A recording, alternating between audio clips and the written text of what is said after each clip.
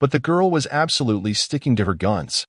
She insisted that what he saw in that illusion was even more real than what he was seeing with his own two eyes right now.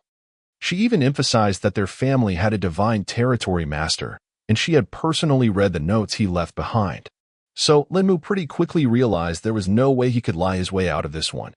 Ji-Ching Lan wasn't going to listen to any compromises. No, sir. She was dead set on marrying our protagonist. The guy, however, felt a cold dread. Marriage was a super serious thing, and he was afraid they just might not be right for each other. But the beauty just calmly repeated her grandfather's words about marriage, which instantly made our hero freeze. He knew, right then and there, that he was utterly doomed. Lin Mu, trying to buy some time, agreed that the grandfather had clearly taught his granddaughter many things and then, playing along, wondered what else the girl had learned from him. At that moment, Ji-Ching Lan, with a thoughtful look, said that the old man had actually told her not to get married too early. So she should wait until after graduation, and until then, she should be nice and try to find common ground with her boyfriend. Our protagonist breathed a huge sigh of relief. He honestly thought she'd insist on getting married that very day. After that, the girl, with a quick movement, vanished into thin air in the middle of the forest, leaving Lin Mu to trudge home all alone. The guy was starting to get really annoyed with all these worldly problems piling up, so he decided to shift his focus to something more productive: how to reach the initial peace stage in his cultivation faster. Just then, he suddenly felt someone rushing towards him with all their might, like a speeding bullet. His first thought was, oh no, it must be that assassin again. But turns out, it was just some random stranger, sprinting full tilt, yelling to make way for him. The guy was only a few meters away from our protagonist, but he was still rushing at full speed, clearly not planning to stop. At the very last second, Lin Mu managed to skillfully dodge out of the way and was super relieved that, thankfully, they weren't after him after all. Lin Mu watched him, thinking the stranger was definitely doing some intense short-distance running and was in a massive hurry to get somewhere. Next, our hero noticed that this speedy fugitive was being followed by a policewoman he actually knew. He still didn't suspect anything seriously wrong was going on, just assumed the girl was doing a sprint as part of her training. The young man mused that being an officer must be incredibly tough, having to do a run every single day. Lin Mu then noted that the guy was running even harder now, and only then realized there was something very strange about him. He sensed something rather intimidating, a sharp glint in the stranger's gaze. Digging into his memories, our hero realized that such a look was often found in his home world, specifically among the strongest fighters. Putting all these puzzling pieces together in his head, Lin Mu quickly figured out that the policewoman was actually chasing a dangerous criminal. At that very instant, the guy heard the chilling sounds of gunshots and his heart sank. This is bad, he thought. He realized he had just missed the culprit and now blamed himself for his inattention. Lin Mu snapped out of his daze and ran as fast as humanly possible in the direction where the gunshots were coming from. He burst into the alley and saw the policewoman already lying on the floor, and the perpetrator, a sinister figure, holding a smoking gun in his hands. The man shouted angrily that this crappy girl wouldn't even spare her own life to catch him. The girl was bleeding, but thankfully still conscious. She was incredibly lucky. Lin Mu was scared for her fate, so he immediately rushed over to help in any way he could. Our hero carefully lifted the policewoman to check where the bullet had hit. After quickly examining the girl's body, the guy realized that the wound had gone straight towards the heart, which was incredibly dangerous. He understood that, judging by her condition and the bleeding, the bullet must have just passed by a vital organ. So, it was the best situation from the worst, but still far from optimistic. The young man quickly reassured the girl, promising her she would be all right, causing a tiny spark of hope to appear in her eyes. The policewoman, ever the brave officer, asked the protagonist to leave the place and not risk his life, but he wasn't going to abandon her in trouble. The guy instead asked her to cover the wound firmly with her hand. She couldn't understand what Lin Mu, who was walking unarmed towards a dangerous criminal holding a gun, was possibly going to do. The girl thought our hero was completely crazy if he was taking such enormous risks for the sake of some stranger. The villain just laughed, scoffing at the fact that Lin Mu was trying to act like some noble hero and wasn't afraid to die at all. He thought the young man had watched too many action movies, so he decided to show him the harsh reality. The man didn't hesitate any longer and shot straight at the protagonist. The perpetrator was utterly surprised because, after a second, he saw that, for some unknown reason, he was unable to hit his target. It was still a moment before he realized, with dawning horror, that the ammunition in his gun had completely run out. The villain now seriously doubted that Lin Mu was a mere human, because he had managed to dodge the bullet so easily, like a phantom. The protagonist didn't bother to explain anything. Instead, he punched his helpless opponent squarely in the stomach with all his mighty strength. The man immediately coughed up blood and was completely unable to resist such a powerful attack. In the end, he crumpled unconsciously to the ground, but Lin Mu was confident that the criminal would stay alive. While still dealing with the villain, the young man suddenly remembered the policewoman who was on the verge of life and death. He rushed back to the girl and saw that she had lost consciousness due to heavy blood loss. To quickly check the victim's condition, the protagonist immediately thought to check her pulse. Lin Mu felt that the throbbing was very weak, so the girl absolutely had to be taken to the hospital as soon as possible, before it was too late. Everything was successful. So, when the policewoman regained consciousness, our hero recounted all the events in vivid detail. But the guy didn't want to tell her about his incredible abilities, so he cleverly lied that a man in his underwear came to their rescue and hit the criminal in the chest with all his might, saving both their lives. The injured girl actually laughed when she heard the ridiculous description of their rescuer and even asked if he had a red cape. She wasn't going to believe this obvious lie because it all sounded exactly like a cheesy superhero movie. The policewoman already wanted to threaten Lin Mu for daring to lie to her, but she felt a sharp pain and coughed, so the guy quickly asked her not to speak anymore, so as not to worsen her condition. In fact, the protagonist genuinely didn't expect that in this world there are also so-called superheroes, and he thought the girl was just messing with him. He rejoiced that he had managed to do one good thing after all and quickly took out some prepared pills from his pocket. The guy held out his special medicine to Miss Wang, the policewoman, and urged her to hurry up and take it. The girl was hesitant to take some unknown pill, so Lin Mu asked her not to worry and promised that he wasn't going to do any harm. In the end, the policewoman decided to trust our hero, but she emphasized, with a stern look, that he dare not even think of doing anything suspicious. At that moment, a doctor entered the room and announced that Wang's relatives had come to check on the patient. The protagonist immediately understood everything, so he was already about to quietly leave this place to stay out of the way. The girl said goodbye and thanked him for the medicine, and Lin Mu, with a caring tone, said that he would visit the officer again in a few days. The parents were, understandably, very worried and panicked, frantically asking the doctor if everything was okay with their beloved daughter. The girl, referring to the policewoman's colleague or the nurse, asked them not to worry and informed them that Wang was already safe, so they could check on her. Meanwhile, our hero decided to say goodbye to Dr. Zhou as well. The doctor wasn't going to let the guy go so easily, but he couldn't understand what was wrong. It turns out that the girl Dr. Zhou had managed to see that he had given the patient some mysterious medicine, so now she desperately wanted to know what it was. She thought it was outrageous because seriously ill patients shouldn't be allowed to eat just anything. The protagonist asked Dr. Zhou not to worry about it and quickly lied that it was just plain vitamin C. In fact, he had given Officer Wang a powerful purifying medicine that has a miraculous healing effect on injuries. The young man didn't explain any further and warned the girl Dr. Zhou that he would return to the hospital in a few days. Once again, the girl Dr. Zhou was left wondering, making sure that the person in front of her was not the previous Lin Mu she knew, and now she wanted to know if it was also the same one as before. The events now shift to the next morning, when the protagonist was having breakfast with his roommates. Song Liangru absolutely loved the food prepared by the guy himself and admired his impressive cooking talent.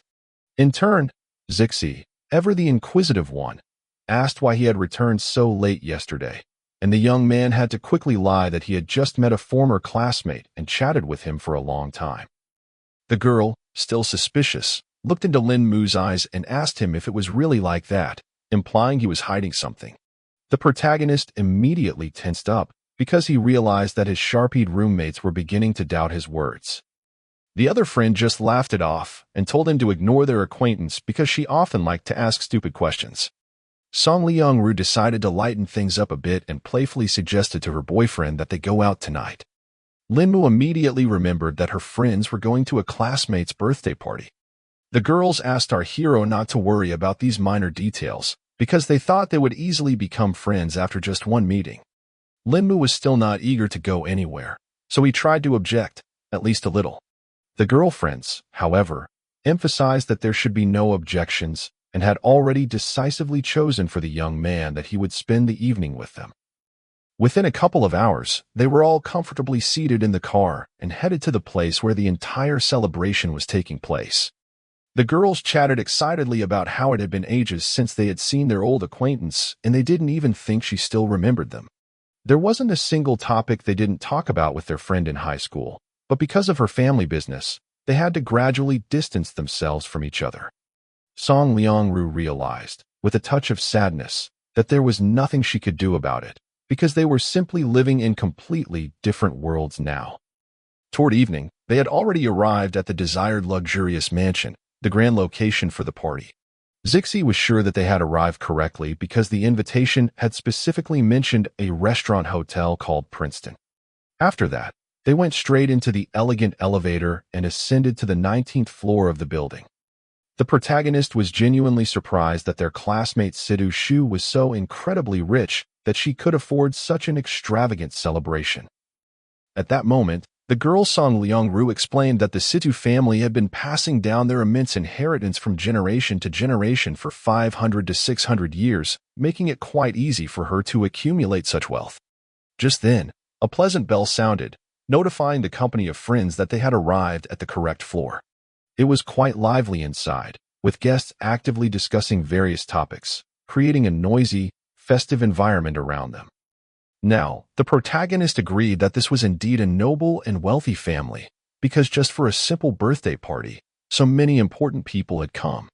At this moment, Liangju's suitor, a persistent young man, loudly announced from the crowd, excitedly exclaiming that she Liangju had also come to Miss Sidu's birthday party. The girl, not wanting to talk to him, cleverly pretended not to know the young man. The protagonist, however, didn't pay any attention at all to what was happening near him, because once again, he had that strange, familiar sensation. At this moment, he sensed the powerful aura of a true king and couldn't believe that there really was a person here who could exude such an incredibly strong energy. Eventually, the guy looked around, scanning the crowd, and he finally found the very girl who was emitting that regal aura. Linmu was surprised and simply couldn't understand why this seemingly ordinary woman was exuding the aura of a true king. The girl, as if sensing his gaze, looked at him, and at that moment, her gentle voice came directly into the guy's head, noting subtly that you can't stare at people so blatantly. The young man was greatly surprised that she possessed the incredible skill of telepathy, because he didn't suspect that anyone in this world was able to master such a unique technique. He became more and more interested in this world, because it turned out that there were so many high-level masters hidden here.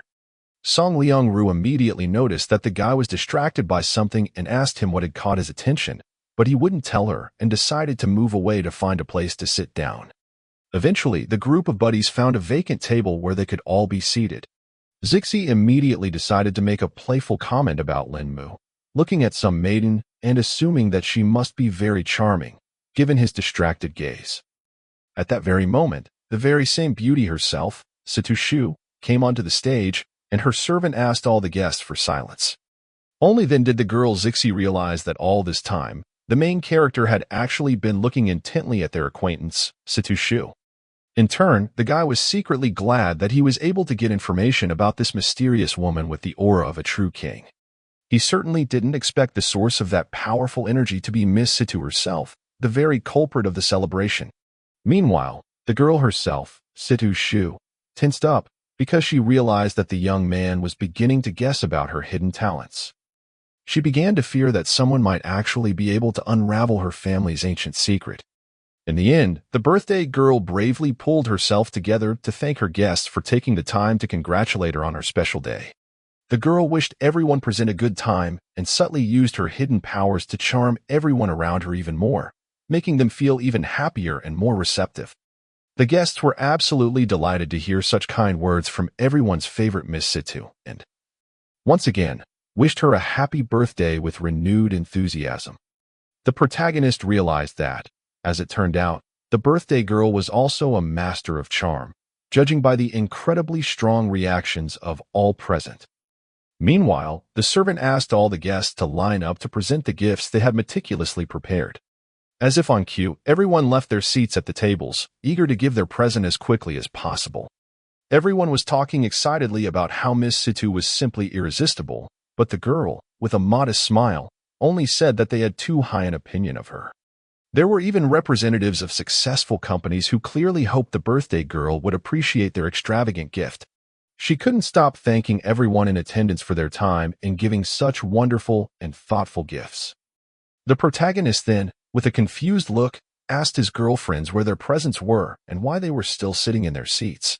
Song Liang-ru explained that only truly valuable gifts would be personally handed over to the owner on stage, and ordinary gifts didn't need to be brought up to the stage, they could just be handed over to the administrator. Linmu never thought that there could be so much fuss just to give an ordinary birthday present. In the end, he asked his girlfriends to wait here while he too gave a prepared present for Miss Situ.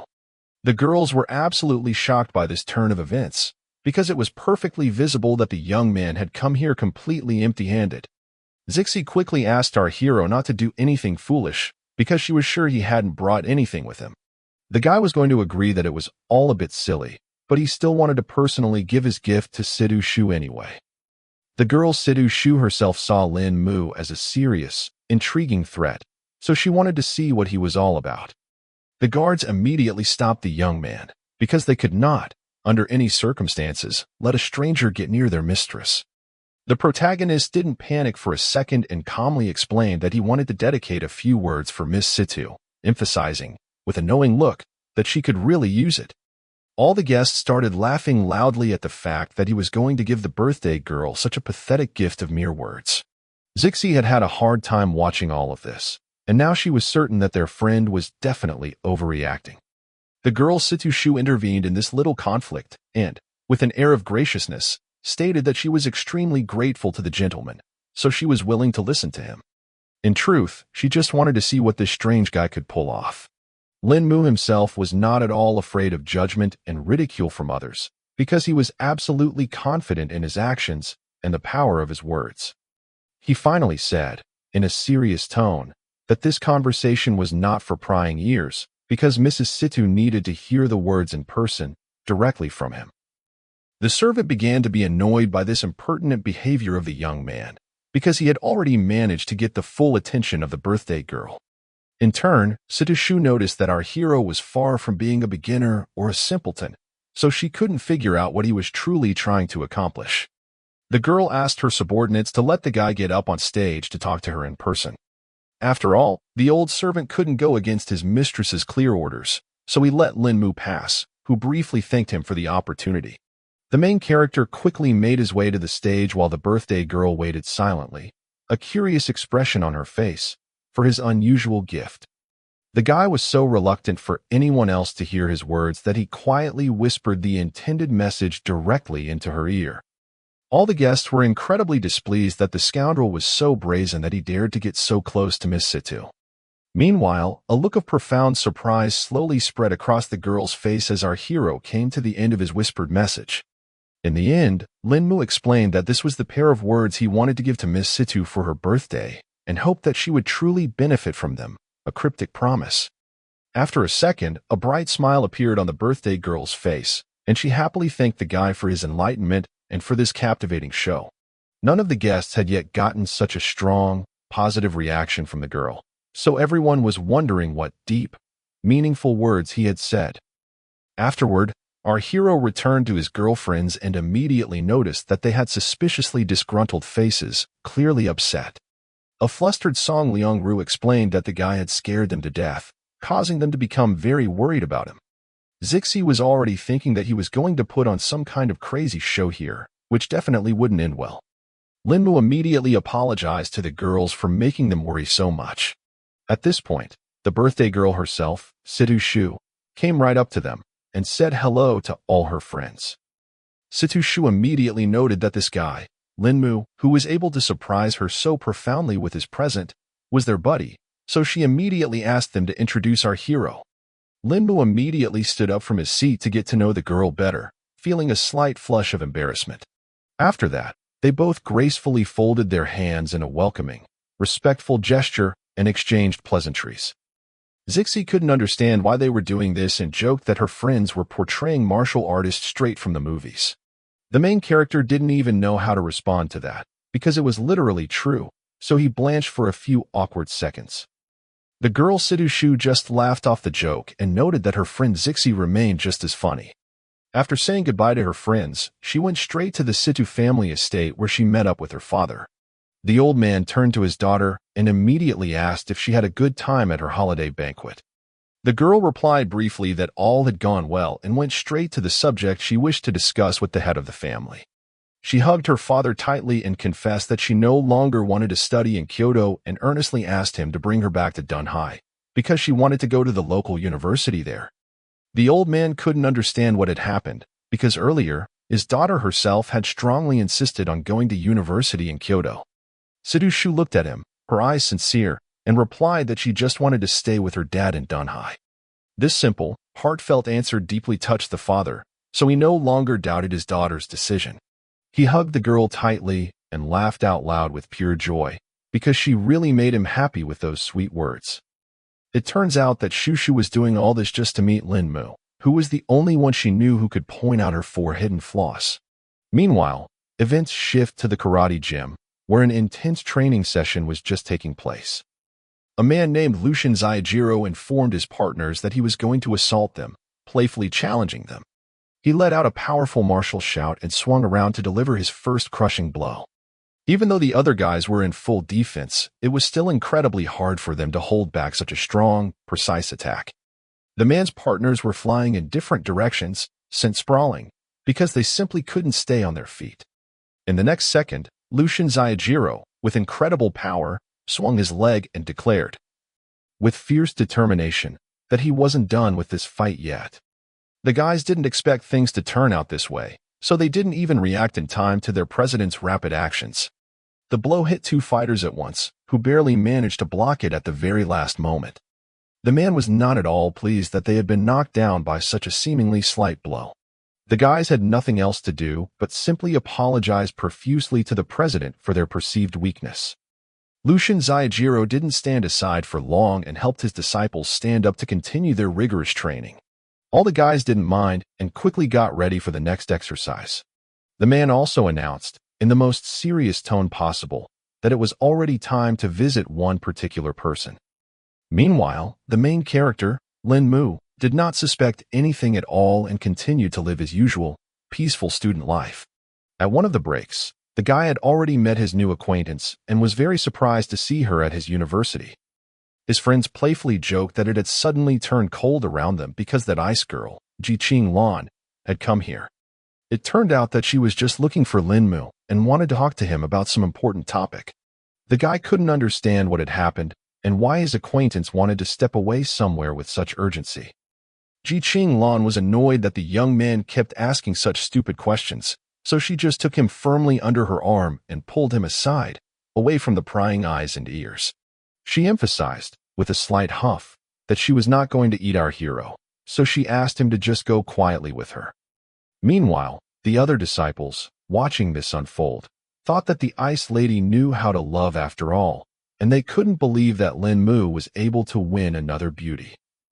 Eventually, the guys accepted the fact that he was simply born so cool, he could do whatever he wanted. Parallel to the students' conversation, the protagonist was already trying to find out from his acquaintance what was so important about this case that required so much caution.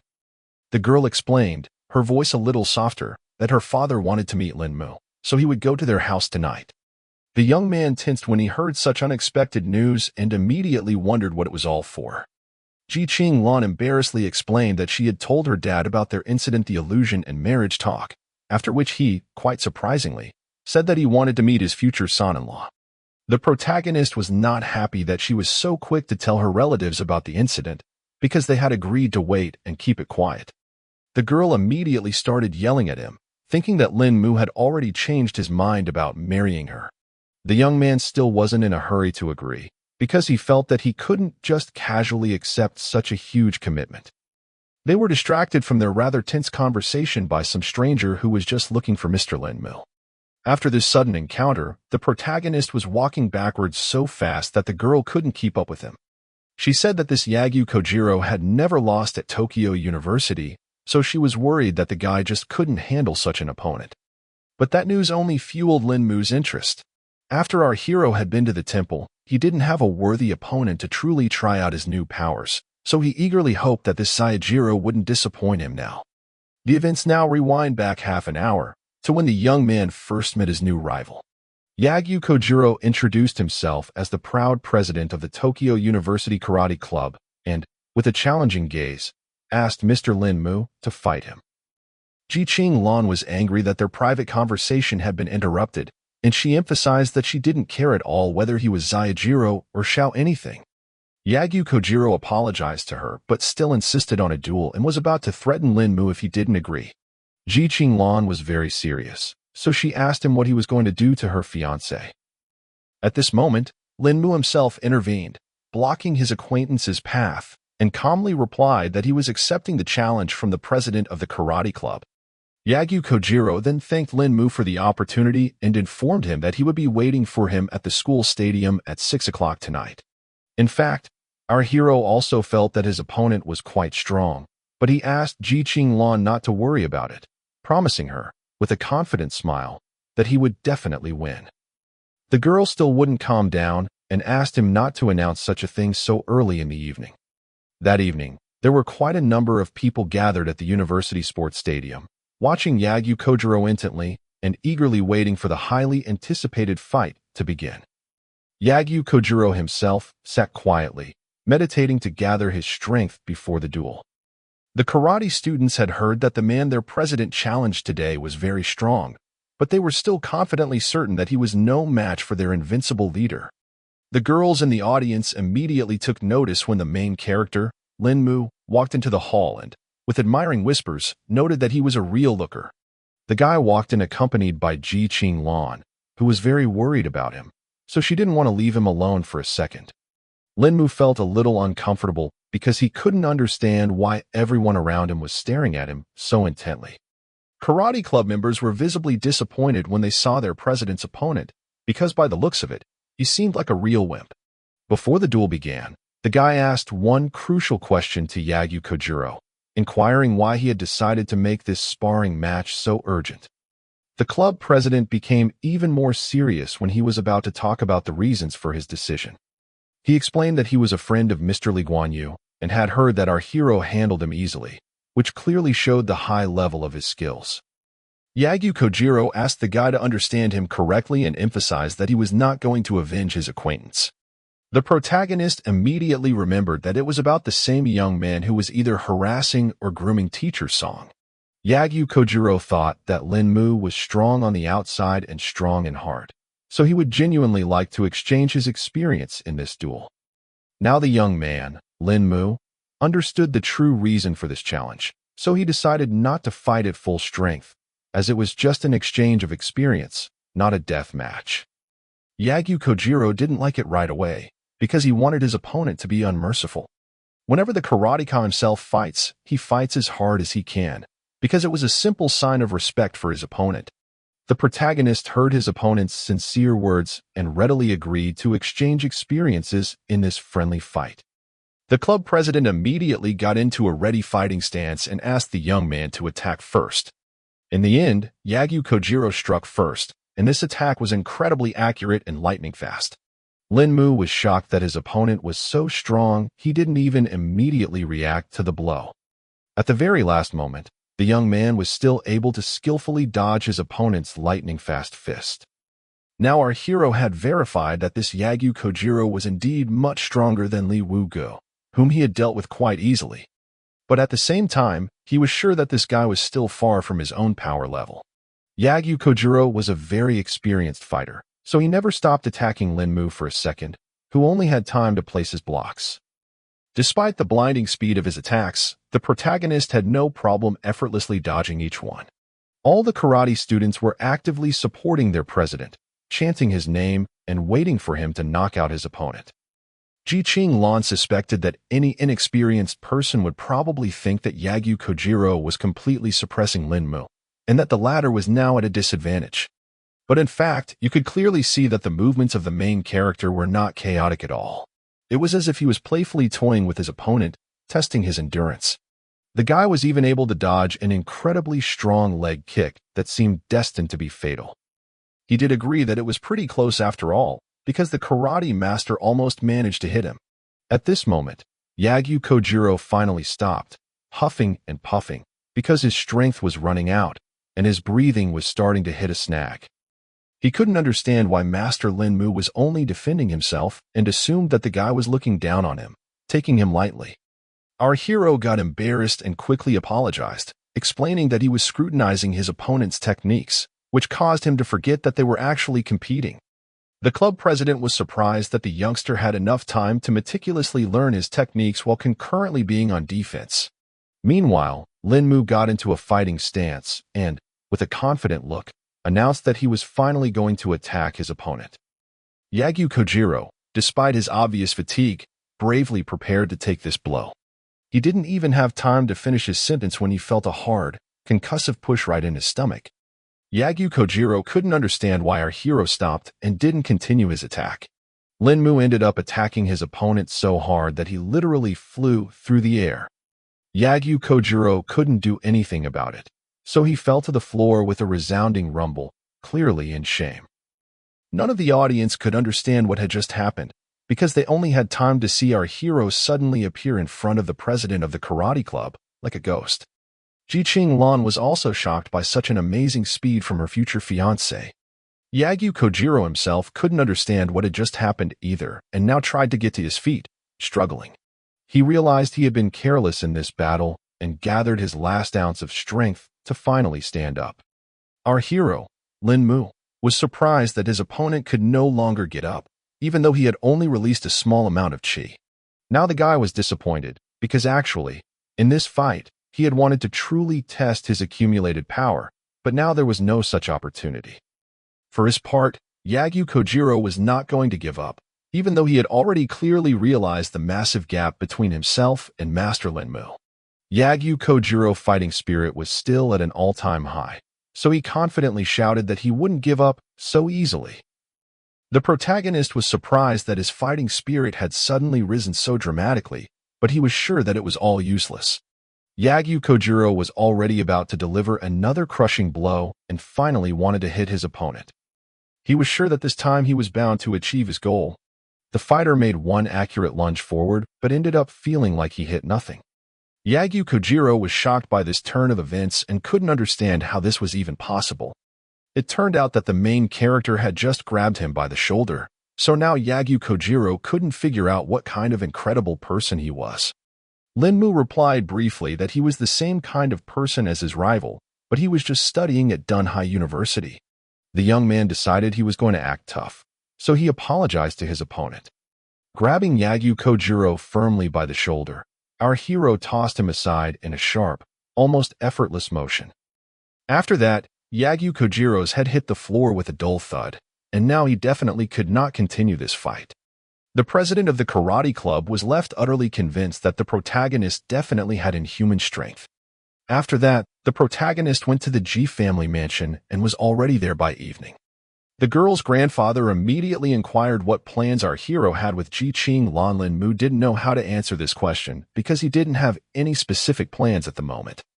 This made the old man very angry, as he thought the young man wasn't going to marry his granddaughter and was just going to abandon her. Linmu then tried to explain that he didn't mean that at all, emphasizing that he wanted to graduate from university first. The old man, unconvinced, already believed his daughter had no future with this young man and dismissed it as just a marriage game. Ji-Ching Lan quickly tried to explain that it wasn't like that at all and begged her grandfather not to worry, promising that in just 2 years, her fiancé would graduate from university. The head of the family, still stern, explained that the problem wasn't their hurry, but the young man's attitude toward the situation. He called his granddaughter stupid, explaining that after graduation everyone would go their own way, and her fiancé might simply run away. At the same time, Linmu was secretly annoyed that Ji Qing Lan herself was dragging him into this whole messy situation, and now he was the one getting blamed. Meanwhile, the old man couldn't understand why the girl chose this particular guy, who seemed to have no ambition. The granddaughter desperately tried to explain to her grandfather that her fiancé was nothing like that. Mr. Ji could no longer listen to the girl and finally declared that he would not consent to this marriage. At this point, Linmu decided to intervene in the conversation, apologizing for doing so. He calmly confirmed that he had no immediate plans and wasn't going to make excuses because his own future was still actively being planned. He realized that by coming here today, he had caused everyone a lot of inconvenience, which was entirely his fault, and promised that it wouldn't happen again. After making this statement, Linmu quickly headed towards the exit and said goodbye to the Ji family. Ji Qing Lan did not appreciate this development at all, so she frantically asked her groom to wait. Her grandfather emphasized, with the utmost seriousness in his voice, that this guy was not going to be anything outstanding and asked his granddaughter to just trust him. Ji Qing Lan didn't listen to the old man and still begged the protagonist not to leave. Eventually, she couldn't stand it anymore and burst into tears because Grandpa didn't understand her feelings at all. The girl ran out of the hall, but the old man still continued to be indifferently silent. His son Ji Qing Lan's father finally raised his voice, thinking the last sentence was too harsh. After all, the head of the family realized that although the Lin family was strong, it was no match for their own bloodline. He explained that he only wanted to check whether the young man really loved his granddaughter or was looking for personal gain. If the groom had ulterior motives, he would have made concessions, but in the end, he couldn't handle even that little bit of pressure. Ji Qing Lan's father still felt that Lin Mu was understandable, because no one would be thrilled to be spoken to like this. Ji Qing Lan's grandfather still firmly believed that this guy couldn't be changed anymore, so even if he married Ji Qing Lan, he still wouldn't truly join their family. Ji Qing Lan's father accepted that his father's stubborn nature could not be changed, so he decided to leave things as they were for the time being. He himself thought that Lin Mu was a good kid, so he hoped that the young man's arrogance would eventually subside. Meanwhile, our hero, Lin Mu, thought about the fact that there were so many different situations in the cultivation world, but they never made him feel guilty. So, he didn't expect that he would actually get genuinely angry today. Other than that, he started to feel his chi begin to weaken, but he eventually wrote it off to the fact that the original energy of this body was incredibly weak. The guy couldn't understand what it was about this Ji family that they dared to look down on him, and came to the conclusion that he didn't need to be so reserved next time. The main character suddenly stopped because he encountered something on the way to his house. Turns out, some guy ran out at him, holding his head and frantically begging to save him. Lin Mu immediately thought that this fatty seemed very familiar to him. After a few seconds, he remembered that this was the same Xing Weiyang who had cheated men and molested women at the university. The guy immediately wondered what could have possibly happened to a rugged bully like him in the middle of the night. The frightened bully, Xing Weiyang, tried to catch his breath and rejoiced that he was able to meet his acquaintance. It turned out that he was being chased by a horde of angry bandits who wanted to take his life right here and now. The protagonist was even more surprised when he learned the details of the situation. Xing Weiyang panicked a lot and begged his classmate to save him, because otherwise, he would definitely die that night at the hands of the bandits. The bandits, seeing Lin Mu, told him they only wanted the fat man, so the protagonist must get out of their way if he didn't want to die with him. Xing Weiyang had already heard that our hero was able to defeat Yagyu Kojiro, so this gangster gang was definitely not a problem for him.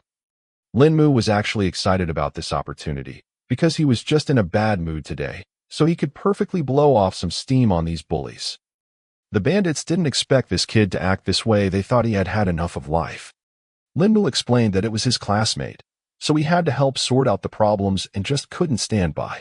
Eventually, the gangsters decided that they needed to end this pointless chatter, and their leader ordered the two students to be caught for him.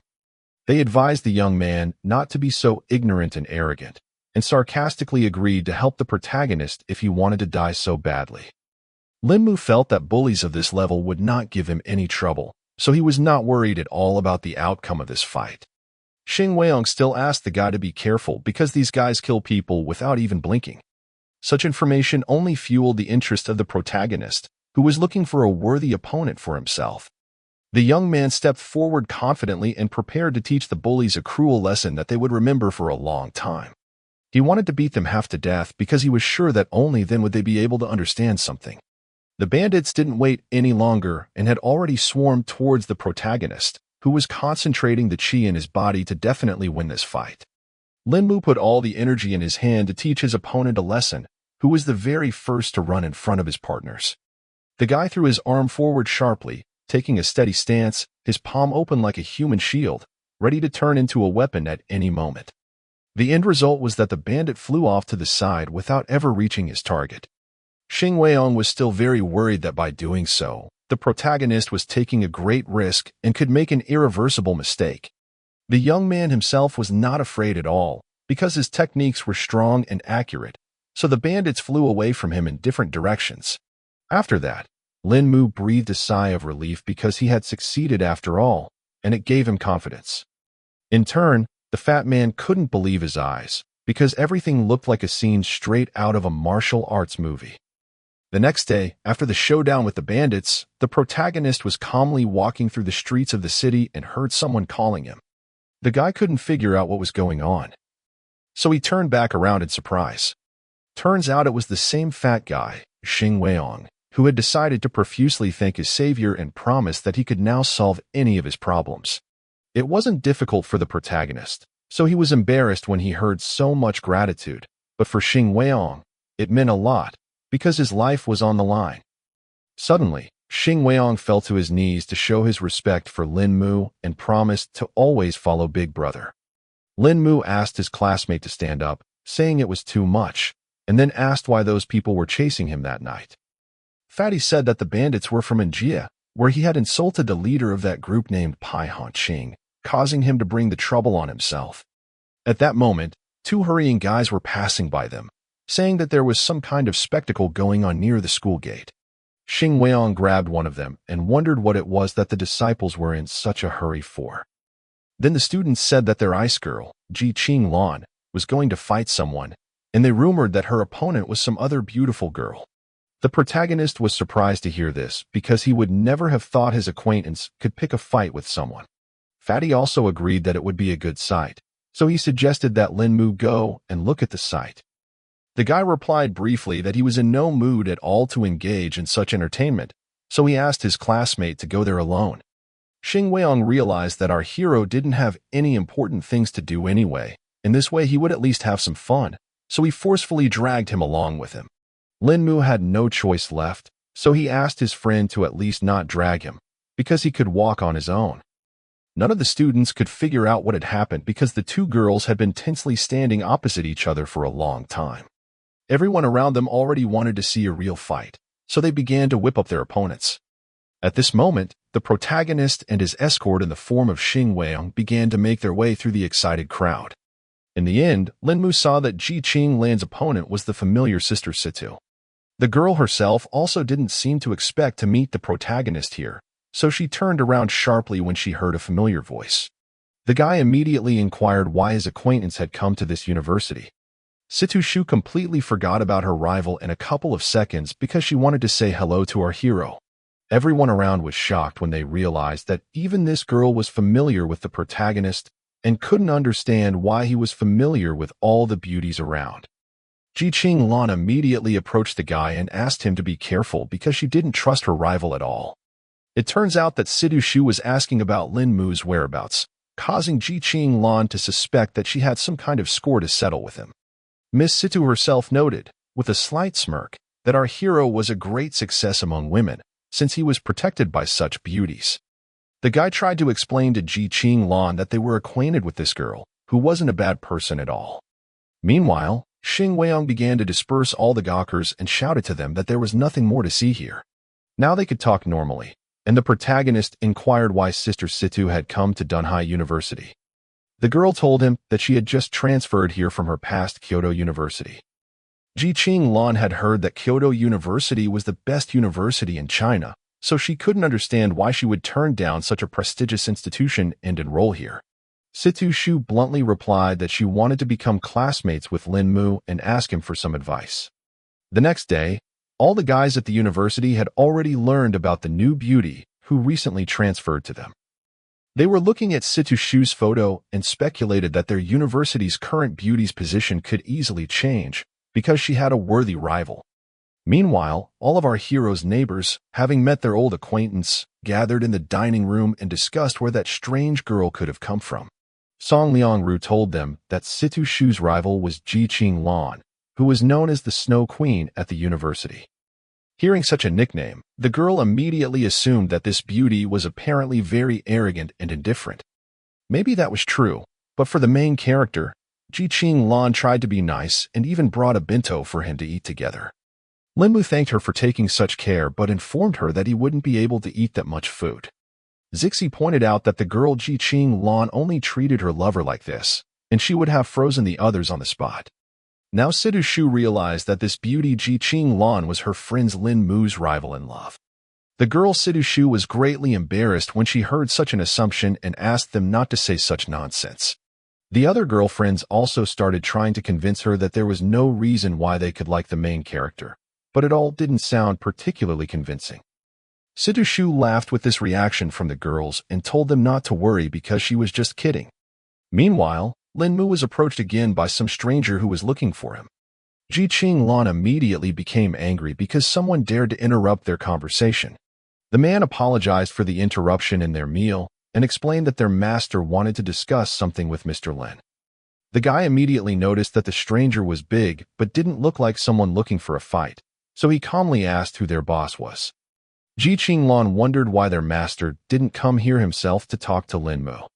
The protagonist tried to calm her down and asked her not to bother people, and if there was really something serious there, he would deal with all the problems quickly. The guards nodded politely, thanking him for his cooperation, and invited him to follow them. Ji Qing Lan asked Lin Mu to be more careful, and he couldn't believe that she still didn't trust his skills. The bodyguards led our hero to the car and asked him to wait a minute until they reported his arrival. They told their master the whole situation, and he asked the young man to get into his car. The man immediately asked if Lin Mu remembered him after their last meeting. The protagonist immediately remembered that it was the father of the policewoman named Wang. The gentleman immediately noted that the young one had a pretty good memory, because the young man was able to memorize him after one brief encounter. The man immediately decided to cut to the chase and emphasized that this time all hope was only on Lin Mu. The guy immediately emphasized that Wang was his friend, so he didn't mind helping with her problems, and asked what her condition was. The father reported that his daughter's rehabilitation went well, and asked our hero to stop by for a visit if he had time to do so. Lin Mu was only happy to have this opportunity and promised that he would definitely drop by their family in a few days. Eventually, the man inquired as to what the old man had sought him out for this time. The man realized that there was no point in dragging the rubber any longer, so he decided to move on to explaining the whole situation. He finished his story when they had already arrived at the right place and emphasized that things were serious, because otherwise he wouldn't have looked for Lin Mu. The protagonist started to worry because he agreed to help but wasn't a doctor to look into the problem in detail. The old man didn't see it as a problem at all, so he asked the young man to put his best foot forward and asked if he needed anything, promising that they would get everything that existed in this world. Already sitting in the chamber were the agitated military men who couldn't understand why their acquaintances still hadn't shown up. They rejoiced when they saw that Mr. Wang had finally arrived on the scene. The man asked with concern in his voice how their leader was feeling right now. The soldiers reported that their head was still in a coma and that probably didn't bode well. Everyone felt very strongly about the old man's condition because as an important leader, he is of great importance to China. Mr. Wang explained that if he is gone, the situation in the country will face serious problems. The protagonist asked him not to worry and promised that he would carefully do his best. He asked everyone to leave the room to wait outside, and the man emphasized that the leader's life was now only in the hands of the guy himself. The soldiers were still not sure that this young man could be trusted with such an important assignment. Mr. Wang was sure it was okay, because earlier this young man had saved his own daughter. At this time, the protagonist began to examine the patient and was going to find out the cause of his illness first. The guy concentrated, letting a thin stream of qi energy flow through his pulse, letting it slowly spread through his body exploring every cell as if scanning the patient from the inside. After all, he did find some peculiarity in the leader's body. Lin Mu saw that the man had no obvious organ abnormalities, which was not like most people who had reached their limit. This situation puzzled the young man, so he began to suspect that he might have missed something. The protagonist didn't give up and decided to try again, but this time he channeled more of his energy into the patient's body. He concentrated all his attention on it to notice exactly what the main problem was. In the end, the guy finally managed to feel that the old man had a heart condition. Turns out there was too much dirt in the right atrial artery, and it had been there for a long time, leading to a long-term lack of oxygen in the body and a massive organ failure. Lin Mu now calmed down because it was just a matter of time before a relieved smile appeared on his face. He would be sure that if one directly used qi, one could quickly cure the heart. The soldiers who waited under the door weren't sure if their leader could survive all this. After all, it was at this point that the protagonist came out of the room and said that the leader was fine and would wake up very soon. Everyone, of course, rejoiced at the news, but they did not expect the problem to be solved so quickly. The man, Mr. Wong, still didn't calm down and asked Lin Mu how much longer their head would last. Our hero explained that the root of the disease had been eliminated, but the body of the elderly man was already depleted, so if his energy was dead, he would last about half a year. Now the events are moved forward 3 days after the guy managed to save the leader of the country. The old man had already taken his workplace and was outraged at what had happened during his absence. Commander-in-Chief Duan Fuxing was greatly displeased that his opponents had already started to act, even though he hadn't even died yet. Mr. Wang listened to all of this and asked the teacher Duan Fuxing not to get heated because he definitely shouldn't be nervous. Then the old man calmed down and thought that he needed to live at least a few more years to deal with the situation, but at the same time realized that he didn't have that much time. The man, Mr. Wang, tried to reassure the leader and assured him that he was past the hardships of his illness. The commander-in-chief asked him not to calm him down, because he felt the state of his body very well and was sure that he would not be able to pass this final test to the end. Other than that, he admired the fact that the person who had saved him was a youth and wondered if Lin Mu would come to visit him today. Mr. Wang said that everything had already been done for this meeting, so the guy would arrive here soon. It was at that moment that the doorbell rang, and the assistant announced that the guest had arrived. The man rose from his seat, greeting the protagonist, and noted with slight irony that they had just talked about him, and he had already appeared as if he sensed it. Afterward, he happily introduced the youngster who had saved the commander-in-chief's life. Lin Mu immediately bowed his head respectfully and introduced himself to the leader. Duan Fuxing asked the guy to hurry up and sit down so that they could talk about all the events that had happened in the past few days. The old man also added that our hero wasn't a soldier, so he could safely call him just Grandpa Duan. The commander-in-chief joked that if it wasn't for Lin Mu's help, that old bag of bones would definitely not have lived to see today. The young man was embarrassed because he thought that Grandpa Duan was exaggerating, since the treatment was not difficult for him, and moreover, he was still unable to eliminate the root cause entirely. In turn, Duan Fuxing thought that our hero was too humble because he had literally managed to save his life, which was already very good. He explained that at that age, you don't take some things seriously anymore, so for him, death is no longer scary. The protagonist looked at the old man with sincere respect, admiring his innate wisdom and ability to perceive life so broadly that even the thought of death caused him neither fear nor excitement. At this moment, Mr. Wang reported that the food was already ready, so he suggested continuing the conversation already at the table. The leader immediately stated that they should have fun today and offered to have a couple sips to cheer themselves up. That evening, Miss Sidhu also came to her house and continued her investigation about the protagonist. Her aide reported that there were new advances today regarding Sidhu's shoes order. The girl rejoiced at such news and gathered herself to listen attentively to her subordinate. The aide reported that Lin Mu arrived at the War Ministry in the afternoon, where he was brought by military vehicles and stayed there for 3 hours. Sidhu Shu immediately wanted to know why he had stayed in the ministry for so long, but that was unknown to anyone. The girl was very angry with her subordinate and ordered her to quickly get to work and find out what was going on within those walls. The assistant didn't object and bowed and went to do her task. Sidhu Shu herself began to freak out because the protagonist turned out to be such a mysterious person. The thought of why the protagonist visited the war ministry was now constantly rolling around in the girl's head, giving her no rest. The next day, all the students gathered outside Dunhai University because they saw some suitor with a bouquet of flowers. No one could figure out who it was standing at the gate so early in the morning, but everyone suspected he was looking for their university's flower, a beautiful girl.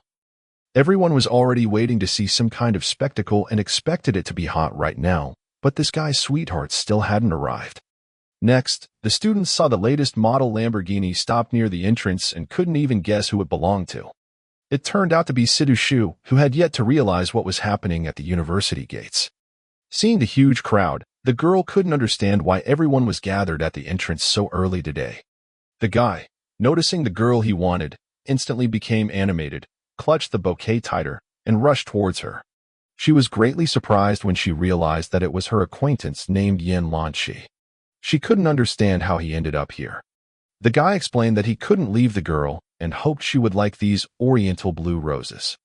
She was very pleased with the attention from her suitor and thanked him for such a sudden gift. The young man wondered why Sidhu Shu suddenly switched to Dunhai University and didn't even warn him about this decision. The girl lied that she just wanted to come to Dunhai to spend more time with her parents. In fact, Yin Lanqi wasn't going to believe it from the beginning, and Sidhu Shu couldn't understand what he was getting at. He could bet it was because of one guy, and he turned around because Lin Mu was just walking nearby. The girl opened her eyes wide. Her lips parted for a moment in surprise, for her acquaintance had just pointed out the real reason for her transition. Just at that moment, the protagonist was walking down the street, and his new associate, Xing Weiyang, was walking beside him. The guy Yin Lanqi pointed out that there was a very intimate conversation between Sidhu Shu and this guy Lin Mu at her birthday party and asked what it was that he said to her. Miss Sidhu's eyes flashed with rage at the fact that her acquaintance dared to pry into her private affairs. Yin Lanqi recalled that the girl was actually his fiancée, so it was normal for him to ask about such things. The girl felt that even if she were to be a wife, she should not inform him of such things. The groom Yin Lanqi frowned, his gaze becoming intense and suspicious, because he began to suspect that Lin Mu liked Sidhu Shu. Eventually, the girl herself confirmed it, so she asked the guy Yin Lanqi not to hit on her anymore to make everyone feel comfortable. Yin Lanqi froze in place, his eyes widened in shock, and his voice trembled as he questioned whether she realized the full weight of the words she had just spoken. Sidhu Shu could no longer tolerate her former fiancé, and eventually directly replied that she wasn't joking at all. At the same time, the protagonist and Xing Weiyang came closer and saw that something strange was happening near the gate. Lin Mu was surprised to see such feminine qi emanating from this guy Yin Lanqi, because this was the first time he had seen something like this. Fatty Xing Weiyang immediately noticed the sudden change of mood of his comrade, because he suddenly became cheerful for some reason. The protagonist didn't bother to explain the reason for his joy and wanted to leave this place, but Xing Weiyang didn't want to go because the fun wasn't over yet. Yin Lanqi was incredibly angry that this guy Lin Mu dared to even look at his woman. He wasn't going to give Lin Mu any chance because he dared to fight for his fiancée.